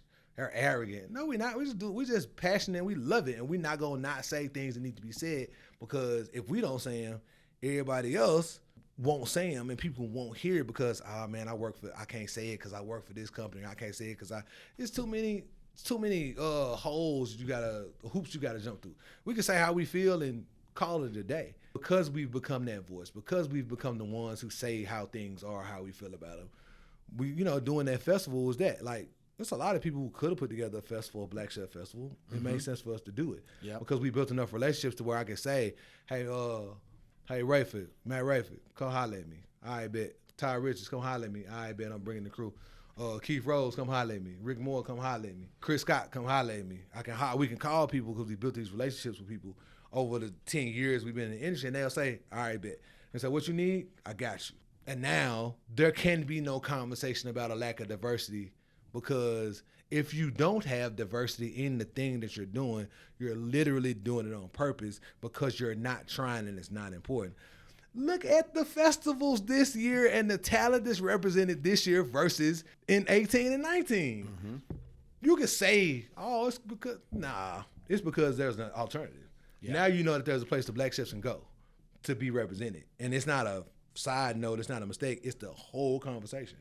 Do you hope that through these efforts that you guys have been pushing forward on, and the Bayhaven Food Festival, and just the representation for Black chefs and Black owners and Black hospitalitarians in the industry, that it will spill over and become better represented overall? In all industries? Yes. Or just in hospitality, in like food and beverage across the country. Hospitality, I hope so, definitely.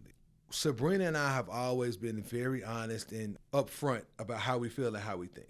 Our goal is to use our stage to bring other talented people on stage with us, and they can do what they want to do with that. Mm-hmm. Our goal is to take away the excuse of lack of visibility. Yeah, they're not being seen or whatever. Our goal is to take away Subrina and I represent some of the best in the city, in the state, in the South. You can pick us to do something collaborative because we are also some of the best. When you start to look at other chefs who might not have as much notoriety, you gotta be doing it because you want to be diverse. Mm-hmm. You can't be doing it because you want to rock with us. You gotta be thinking about diversity, and you see that more often. You see that more often now because you see more Black chefs being represented in dinners, in spaces, in cocktail, and we still got a long way to go. We still got a long fight to fight, but we're gonna keep doing it because. If it's 1 next year and 2 in the year after that and 4 the year after that and 8 the year after that, now it might take 50 years to get it to where nobody's questioning, and it's never gonna happen. We're never gonna get to a place to where nobody's questioning you because of your race.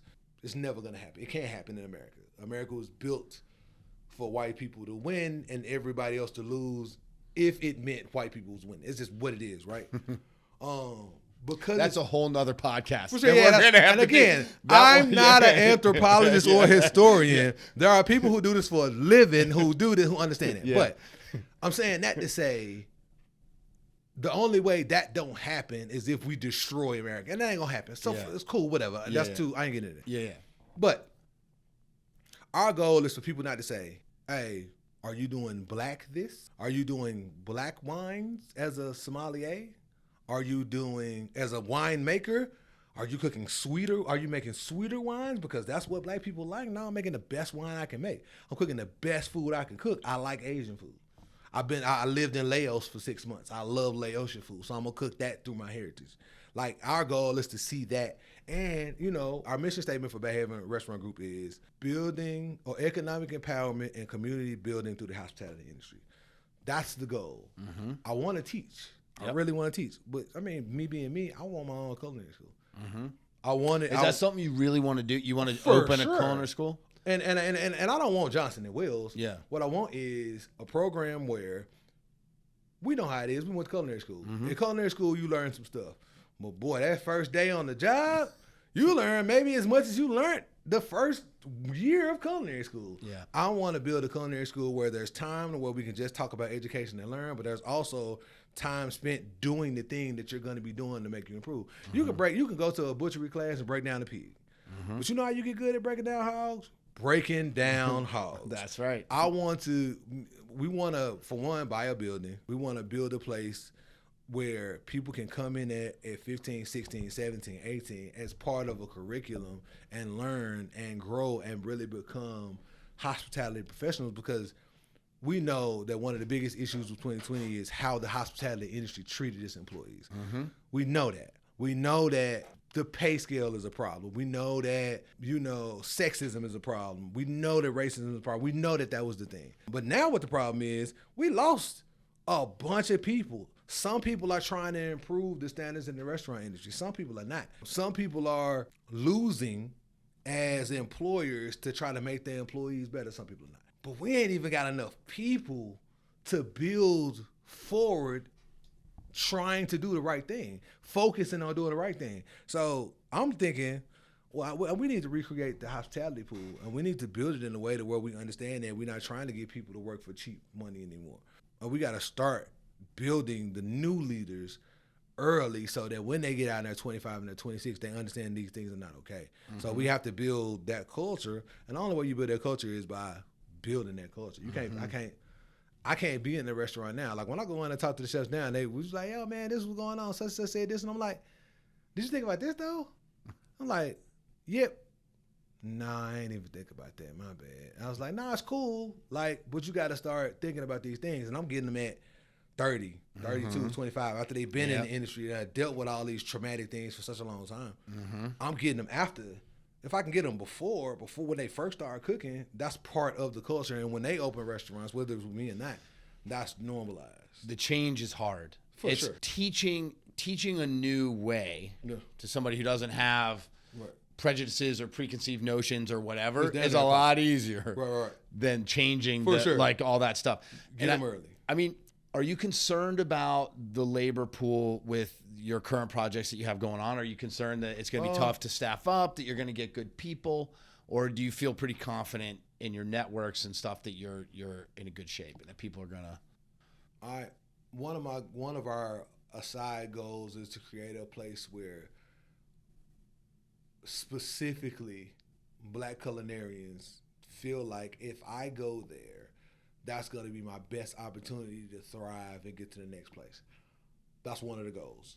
Another goal is I just want to be doper than everybody. Like, I just want people to be like, yo, they killing it over there. I want to come there. Another goal is, in which sometimes this don't necessarily work, this is not the best financial decision. Our pay scale is a little bit higher than the industry standard. So I hope that all those things coupled together creates a place where people want to work for us and people want to be a part of what we are building. Black and otherwise, right? We want everybody to want to come to us. I want to talk about the pay scale thing. Yeah. Because that's something that we're very passionate about in our group. Like we started that whole tip the kitchen thing. It's working great for us. What is your approach to that? What's your pay scale? How does that affect your business? Because I believe that in order for us to, where I'm going with this is I'm kind of leading you somewhere. I'm going to tell you what I want. I'll tell you what I want is I believe that, like you said, we have to kind of redesign the hospitality business. It's been broken forever. We were a part of it. I was a part of it in my own restaurants, and I didn't even know it until it like broke, and I was like, "Oh shit, I was doing this," and not even realizing it. Right. So I think that that's true. We have to rebuild it, right? And it's our generation. Right. We're the restaurant owners now. Right. Like it ain't 35, 45. We're the ones doing it. It's our responsibility. Right. If we want to continue to grow. Right. If we want to just sit on our laurels and, we got our restaurants, we're good, fine, do that. But if you want to grow, like you're expanding, we need to be responsible for doing that. Right. And I think that workforce, making hospitality a desirable career choice, right? Like for me, I didn't feel like there was anything else I could do. Right. I was naturally talented. It was the thing. I was naturally talented at this. Right. And I wasn't going to cut it. Right. In an office somewhere. Right. Or whatever. Right. So I endured all that shit. Right. And just said, "It's the way it is." But I think we have the responsibility to change that, right? For people to say, you know what, I want to do this because I can make a great living at it. Right. I can reach a level of success and notoriety if that's what I want, or financial success or whatever. Right. Maybe it's independence. Maybe I can do my own thing and have a life and a family and a whatever. Right. So your pay scale, like what, and how does that affect your business? Because as owners, it costs us more. For sure, absolutely. To have that environment. I speak to that a little bit. Sabrina and I have always played the long game, no matter what it was. To be honest, I'm old school in that I felt like pay scales, just pay scale. I felt like, we paying people good. They getting more than I was getting paid when I was doing such and such, right? Kind of that old man mentality. And Subrina was like, "No, we got to pay people more." And I was like, "For what?" She was like, "No, we need to really consider and look at how we're going to pay people more." And one of the reasons why we went to the service fee is because we understood very clearly that, karmically speaking, if you do things that are right, that good karma is going to come back to you. Energetically, it's the same. Mm-hmm. Industry-wide, we know who's doing what. Everybody's very clear what's happening at places. If somebody's saying, "Yo, I'm paying you $18 an hour," and you go to that place and they end up paying you $15, that people are talking about that. So we, again, in the name of being authentic and the name of being real, we do what we think is going to be best for our team and hope that they're going to do that in return.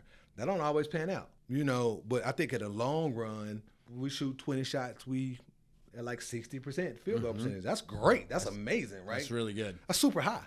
So I think that's the outlook we look at it. And that's one of the reasons why we're doing so many concepts this year, because we believe that we've created leaders and we've built the top level to where we can insert those people in places and they'll be the carriers of the culture. And the people we hire will be hired through the lens of, we're going to pay you well, we're going to give you paid time off, we're going to give you insurance, and we're going to take you on a trip here and there from time to time, and we're going to treat you good. And we're not going to put you in situations where you're not happy doing certain things. And now all those things are important. If we don't do that, people are going to say we're not doing it, and we're going to have to deal with it. So our pay scale, everybody in the restaurant makes at least $18 an hour. The reason why we picked the service fee and not so y'all do a tip the kitchen, Garland does something similar to that, tip something, it's like a 5% service fee, and they just I think it goes to the kitchen, I'm not sure. Yeah. But the reason why we did service fee is because we realized that people who didn't want to support us, people who didn't believe in what we were doing, were just gonna not come. Yeah. Great. Don't come. That way we get the people who support everything about what we do, and because the food is good. Because at the end of the day, if you tip 20% anyway, how you mad because I'm asking you to tip another third? If you don't want to tip the other third for whatever, look, I don't want people telling me what to do. Man, cool, it's not that deep. Don't come.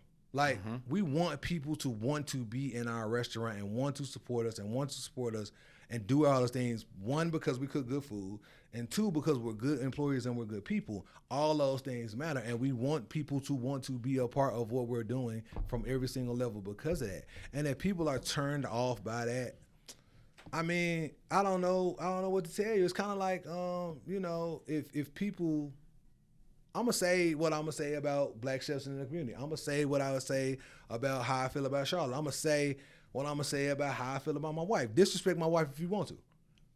If you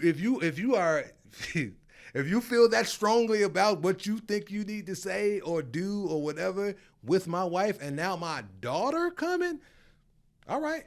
If you that, cool. You're going to have to, there will be consequences. And there's just consequences to whatever you do, no matter what it is, no matter how it's done. There will be consequences to deal with. So if people don't believe in that, I'm cool with that. So we said, we just going to set it up. We're going to establish our new culture. Our bottom line is going to change. And we're going to say, all right, cool. If my bottom line has to go from 10% to 5%, I need to figure out things to do outside of the restaurant to bring me in revenue. And then when I get to 5, 10, 20 restaurants and I'm doing, that's not what we're doing. But if I got 20 restaurants all doing $1 million in revenue and I'm doing 5% margins on each one, I'm straight. Right. And I can reinvest and I'm good and I'm taking care of it and I need to do what I need to do. I can't necessarily do 1 million and do 15% profit and be like, all right, cool, I'm good. And that's the model. Like, we were okay with changing the profit margin and adding a higher labor wage and adding, saying what our food cost is going to be, what this is, and trying to figure out ways to manipulate things and put things in place and do different events and bring in different cultural aspects and build our brand to where Chef Greg and Subrina Collier can go do a dinner in Detroit with a group of people that we food with, and we'll get paid for that. And we take that money and we put it in our pot. And we go and do different, different events like Outstanding in the Field and different things. So what we really had to do, man, and I know that's tough for a lot of people, man, we really had to take ourselves out of the equation and try to figure out how to just be great employers. Now, we got standards now. You got to come in on time. You got to care about your appearance. You got to care about being organized, and you got to care about the quality of the food, and you got to care about waste. And we have standards, and those standards are never going to go anywhere. But we had to really take, and I've never been that person that Subrina hasn't either. We're both very giving people, but we had to take what we needed out of the equation and then say, if we go from what an employee needs first and look at the bottom, it ain't the best, but we good. Yeah. When I get 2 of them, we'll be better. When we get 5 of them, we'll be way better. When we get 10 of them, we'll be way better. So I think that's the ethos is a little less from each pie, but more pies. Yep. So it's a good model. Good on you. We'll see. We hope it's a good model. It feels good. I think it is. We'll see. It makes sense. Right. It makes sense. And you guys are doing great things. And I think, right. I mean, the media alone, is you guys are buzzing all over the place. For sure. So you've got really great things happening. Right. And your product is great. Appreciate so you know what I mean? I don't, it's hard not to be successful when you're doing things right. For sure. You know what I mean? Sure. Like, you really got to try to fuck it up or have, a fucking pandemic come and wipe you the fuck out. And that'll do it. Well, that will do that point, man. Like, hopefully it won't. It didn't. It hurt. It hurt. Yeah. It's gonna hurt. Oh yeah. But the thing about it for us was, that's the first time we got money for real. Like, we ain't, the PPP loans and the grants, the city grants, like, that's the first time we got capital investment. So for us, it was like, this hurts, but we can still pay our people, and I'll do these different things to keep people working. And we brought everybody we could bring back as soon as we could bring them back. And when we couldn't, we had honest conversations with them when we moved on, and they've done different things, and we still have good relationships with them. So like, living right feels good. Yeah. You know what I mean? Living right don't necessarily also always gets you rich the quickest. Right. But like I said, I'm very comfortable with the knowledge at 42 that I can begin turning into my teaching career.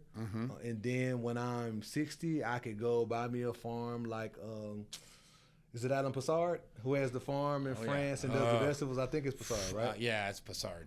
He's amazing. That's my end game. Yeah. I want to have restaurant, so we moving to Salisbury. His vegetables are nice, too. And that's my thing. They are nice, dude. You don't have to do much to it. I'm trying to get to where I'm like, we got a farm and you got to drive an hour outside of Charlotte. You got to go down the Rhine Road and you walk into this space. It's a beautiful chateau and the restaurant's beautiful. And I'm in the kitchen every day, 4 days a week.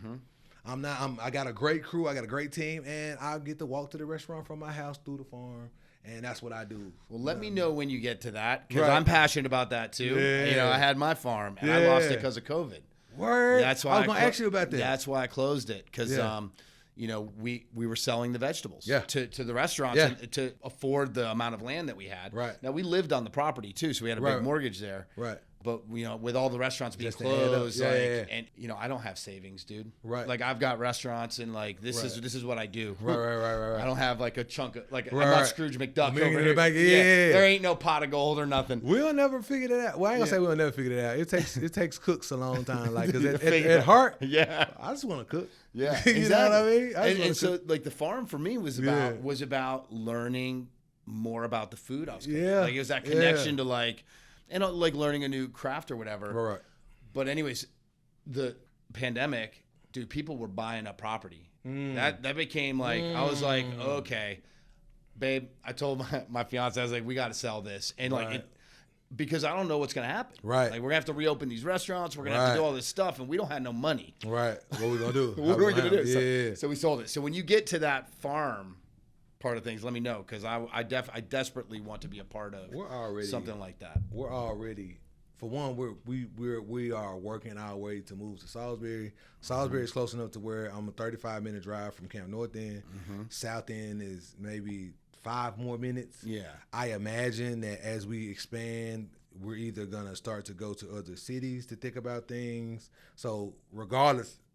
Or we're going to still build around the North End area. So we'll always be kind of 30 minutes away. And for us, trying to find a place, man, we could, like, you know, buy some, I don't know how many acres. I've been telling Subrina 100 acres is the number that makes this feels like the right thing. That's so big. But I don't want to do anything on 100. Yeah. I want to do stuff you just on 5. You want a buffer. You want a buffer. We got 100 acres. Yeah. You got to drive through 20 of the acres to get to the thing, the place. Yeah. So whatever it is, and then like for me, because that's the thing, like I can have my family, I can have my farm, and I can have the last restaurant I'll ever cook at, and hopefully one of our kids or just some super talented, super creative person can kind of come take that over and, you know, continue the mission. Like I want. So you came through Barrington's, yes. Yep. And Barrington's is so dope because a lot of chefs now who own restaurants and have their own things here in Charlotte came through Barrington's. I want us to have the places where when you look at the culinary scene in 10 years, whether it's Oscar Coop, Kyle, Brandon and Courtney, Shay, Jasmine, like any of the chefs who, you know, we work with or around, Anthony Denning, just all the talented, you know, black chefs here, I want to be the place that they came through. Yep. I want to have those French Laundry stories to say, you remember in 2020 and 2021 when we had the pandemic, we was in the restaurant, like I want to be the person who helped those stories. You want that legacy, that like lineage of people. Yes. So important. I think I want to be on that farm looking like I tell everybody, listen, so when y'all do my retirement dinner and I'm 85, I want y'all to be in a place to where y'all are telling these stories about what we're doing now. So that's the end goal. Awesome.